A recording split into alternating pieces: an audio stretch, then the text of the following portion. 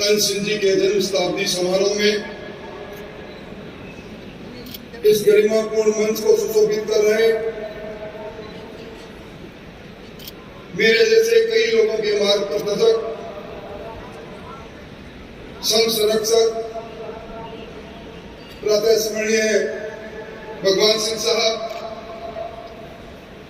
वर्षों से क्षत्रिय युवक संघ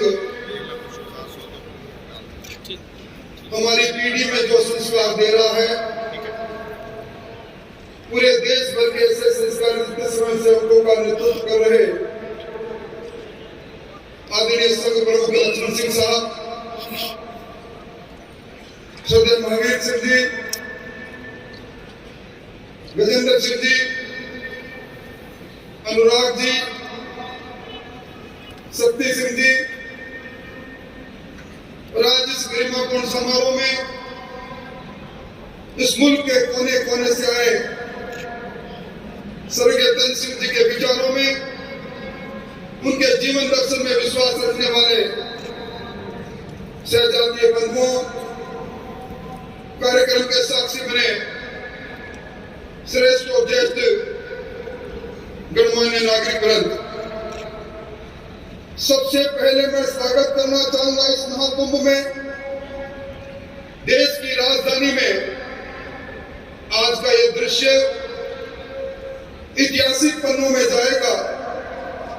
केसरिया रंग से सरोवर इस स्टेडियम में जो आज दृश्य उपस्थित है, भूतों न भविष्य है, इस प्रकार का अनुशासन और इस प्रकार का दृश्य फिर देखने को मिलेगा।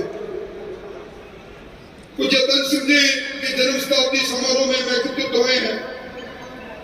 तन सिंह जी के बारे में मुझसे पहले कई वक्ताओं ने कहा, अगर मैं कहूं कि तन सिंह जी महामानव के रूप में एक विचार थे, एक जीवन संस्कृति के अगवा थे, एक संस्कार को स्थापित करने वाले महामानव थे, उनके जीवन के मानदंड, उनके द्वारा स्थापित किए गए मापदंड निश्चित तौर पर श्रेष्ठ नागरिक बनाने की ओर हम सब लोगों को सदैव प्रेरित करते रहेंगे। दशकों पहले राजस्थान के छोटे से गांव के छोटे से कमरे में जिस क्षत्रिय युवक संघ ने जन्म लिया, छोटे से पौधे का विराट रूप वट वृक्ष के रूप में आज हमारे सामने उपस्थित है। यह चरित्र निर्माण का कारखाना, संस्कार निर्माण का कारखाना चरियते के सिद्धांत से लगातार चल रहा है। कितने वर्ष बीत गए। 1956 में पूज्य तन सिंह जी के वो पुस्तक समाज का चरित्र क्या होना चाहिए आज भी समसामयिक है। अभी मुझसे पहले वक्ताओं ने मर्यादा पुरुषोत्तम राम और उनके मंदिर का जिक्र किया। 22 जनवरी को हमने राम में होते इस हिंदुस्तान को देखा। मर्यादा पुरुषोत्तम राम ने अपने जीवन के अंदर जीवन प्रणाली की मर्यादा स्थापित की थी।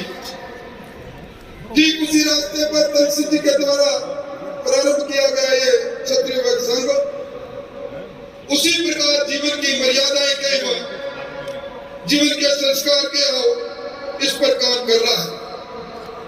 मैं इस अवसर पर समागम में एक निवेदन जरूर करना चाहूंगा। समय बदला है, समय की धारा बदली है, राजतंत्र चला गया, लोकतंत्र आ गया।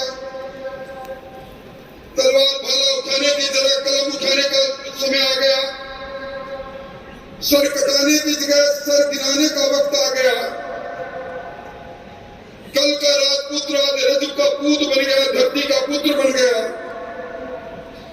ऐसे मौके पर हम सबको विचार करना पड़ेगा। इतिहास पर हम उसी इतिहास की संतान है, पर एक इतिहास जो आजादी के अमृत महोत्सव में आज लिखा जा रहा है, हमारे कारनामों के कारण लिखा जा रहा है, हमारे कर्मों के कारण लिखा जा रहा है। वो इतिहास क्या होगा, हमारे वंशज क्या पढ़ेंगे। क्या सर्वाइवल फॉर फिटेस्ट के जमाने में हमें आज के युगानुकूल प्रतिस्पर्धा के इस समय में अपने आप को ढालना पड़ेगा। इस काम को निश्चित तौर पर देखना चाहिए। समय के थपेड़ों ने हमारे गढ़ किलों को खंडर में बदल दिया, तो क्या आज आवश्यकता नहीं, नव सर्जन की आवश्यकता नहीं? क्या नए सर्जन के साथ हम आगे नहीं बढ़ सकते?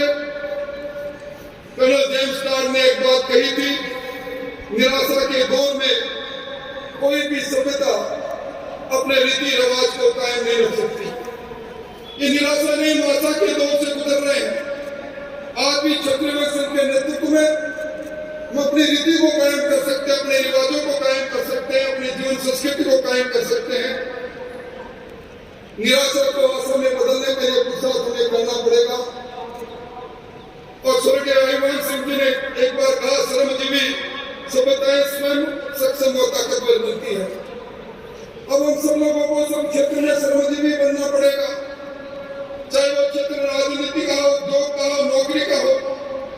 हमें एक बार फिर सरकार की भूमिका में, नेतृत्व करने वाले की भूमिका में आकर 36 कौम को साथ लेकर इस समाज और राष्ट्र के उत्थान की भावनाओं के साथ आगे बढ़ना पड़ेगा।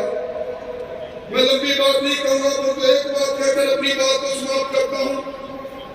हमारे पूर्वज जमीन के लिए लड़ते थे। राजस्थान में, हिंदुस्तान में कई जगह भूमियों के स्थान बने हुए, भूमियों के रूप में विख्यात है, जमीन के लिए लड़े और मिले। आज हमारा नौजवान पुरखों की जमीन बेचने में देर नहीं लगाता। हम गांव छोड़ रहे हैं, शहर की तरफ जा रहे हैं, हम घरों से कट रहे हैं। इस बात पर भी निश्चित तौर पर हमें ध्यान देना पड़ेगा। सोशल मीडिया के जमाने में हमारे इतिहास को विकृत करने की कोशिश की जा रही है, परंतु हमें नहीं भूलना चाहिए, मेहरानगढ़ हो चाहे चित्तौड़गढ़ हो, चाहे हल्दी घाटी हो, वहां की दीवारें आज भी कहती है कि ऐसा क्या हुआ था, क्या बलिदान हुआ था, या जोर हुआ था। हमारे इतिहास को कोई मिटा पाए, ये संभव नहीं। मैं तो यही कहूंगा कि क्षत्रिय आज पूरे हिंदुस्तान के इकट्ठे हैं। हमारे में राजनीतिक धारा बदलने की शक्ति है, पर हमारे में सहकार का भाव होना चाहिए। राजस्थान के क्षत्रिय का दर्द कर्नाटक का क्षत्रिय समझे, और कर्नाटक के क्षत्रिय का दर्द हरियाणा का क्षत्रिय समझे। एक शब्द के लिए और सब एक के भाव से हम आगे बढ़ेंगे तो निश्चित तौर पर हम अपनी उस प्रथा को आगे बढ़ा पाएंगे। समय बदला है, यहाँ क्षेत्राणी अपराधी है। आदरणीय नरेंद्र मोदी जी ने 33% आरक्षण की बात कही। क्या घूंघट को छोड़कर शिक्षा के क्षेत्र में आगे बढ़कर इस प्रतिस्पर्धा में हमें नहीं आगे आना पड़ेगा? आखिर में तो यही कहूंगा, तो भीतरा तो रह जासी पर बातड़ा रह जासी, बातें हमारी रहे। कालवी साहब ने जब कहा था, स्वर्गीय कल्याण सिंह कालवी साहब ने, ना जोगा न गुण कुछ है, जोगा न जग कुछ है। आओ हम सब लोग जोगा बनकर इसी समाज को आगे अपनी भूमिका में लाएं। जय छात्र धर्म। बहुत बहुत धन्यवाद।